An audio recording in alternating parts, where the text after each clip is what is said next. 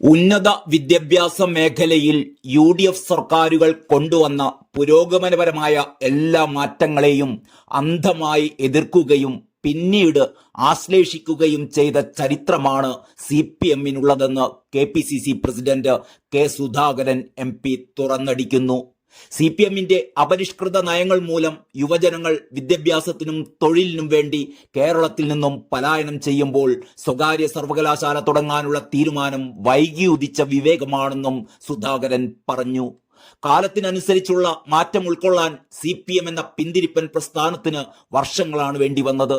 എന്നാൽ തിരുത്താൻ വൈകിയത് മൂലം അവസരങ്ങളേറെ നഷ്ടപ്പെട്ട നാടായി മാറിയിരിക്കുന്നു നമ്മുടേത്. +2, സ്വാശ്രയ വിദ്യാഭ്യാസം, ഓട്ടോണമസ് കോളേജ്, സ്വകാര്യ സർവകലാശാലകൾ, വിദേശ സർവകലാശാലകളുമായുള്ള സഹകരണം തുടങ്ങിയ കാലോചിതമായ എല്ലാ പരിഷ്കാരങ്ങൾക്കും CPM തുരങ്കം വയ്ക്കുകയായിരുന്നു. ഈ നയങ്ങളുടെ എല്ലാം ഉപയോക്താവും പ്രയോക്താവുമായി പിന്നീട് CPM മാറുകയും ചെയ്തു. 1982-87 കെ കരുണാകരൻ സർക്കാരിന്റെ കാലം മുതൽ വിദ്യാഭ്യാസ പരിഷ്കാരങ്ങൾക്ക് തുടക്കമിട്ടിരുന്നു.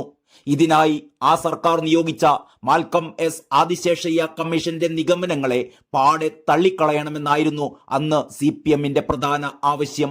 അക്കാലത്ത് ദേശീയ വിദ്യാഭ്യാസ നയത്തിന്റെ ഭാഗമായി കോളേജുകളിൽ നിന്നും പ്രീ ഡിഗ്രി കോഴ്സ് സ്കൂളുകളിലേക്ക് മാറ്റാൻ തീരുമാനിച്ചപ്പോൾ പ്രീ ഡിഗ്രി ബോർഡിനെതിരെ വ്യാപകമായ അക്രമ സമരമാണ് അഴിച്ചുവിട്ടത്.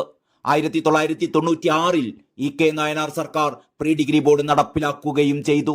കരുണാകരൻ സർക്കാരിന്റെ കാലത്ത് തന്നെ സ്വാശ്രയ വിദ്യാഭ്യാസ സ്ഥാപനങ്ങൾ തുടങ്ങാൻ തീരുമാനിക്കുകയും അങ്കമാലി ലിറ്റിൽ ഫ്ലവർ ആശുപത്രിയിൽ ഒരു കോഴ്സ് അനുവദിക്കുകയും ചെയ്തിരുന്നു. അന്നും പ്രചണ്ഡമായ സമരപരിപാടികൾക്കാണ് CPM തുടക്കം കുറിച്ചിരുന്നത്. 1991-95 കരുണാകരൻ സർക്കാരിന്റെ കാലത്ത് സഹകരണ മേഖലയിൽ പരിയാരം മെഡിക്കൽ കോളേജ് സ്ഥാപിക്കുന്നതിനെതിരെ ഇടതു വിദ്യാർത്ഥി യുവജന സംഘടനകൾ രംഗത്ത് വരികയുണ്ടായി. കരുണാകരന്റെയും MP രാഘവന്റെയും സ്വകാര്യ സ്വത്താണിത് എന്നായിരുന്നു CPM-ന്റെ പ്രചാരണം. 40 ദിവസത്തോളം നീണ്ട സമരത്തിനൊടുവിലായിരുന്നു 1994 കൂത്തുപറമ്പ് വെടിവെപ്പുണ്ടായത്. പിന്നീട് CPM പരിയാരം മെഡിക്കൽ കോളേജിന്റെ ഭരണം പിടിച്ചെടുത്ത് സ്വന്തമാക്കുകയും ചെയ്തു. 2001 AK ആന്റണി സർക്കാർ സ്വാശ്രയ മേഖലയിൽ എഞ്ചിനീയറിംഗ് മെഡിക്കൽ കോളേജുകൾ ആരംഭിക്കാൻ തീരുമാനിച്ചപ്പോൾ CPM ഈ നീക്കത്തിനെതിരെ വൻ പ്രതിഷേധമാണ് ഉയർത്തിയത്. സ്വാശ്രയ കോളേജുകൾക്കെതിരെ അണികളെ ഇളക്കി വിട്ടപ്പോൾ പിണറായി വിജയൻ ഉൾപ്പെടെയുള്ള നേതാക്കന്മാരുടെ മക്കൾ സ്വാശ്രയ കോളേജുകളിലും വിദേശത്തും ഉന്നത വിദ്യാഭ്യാസം നേടുകയായിരുന്നു.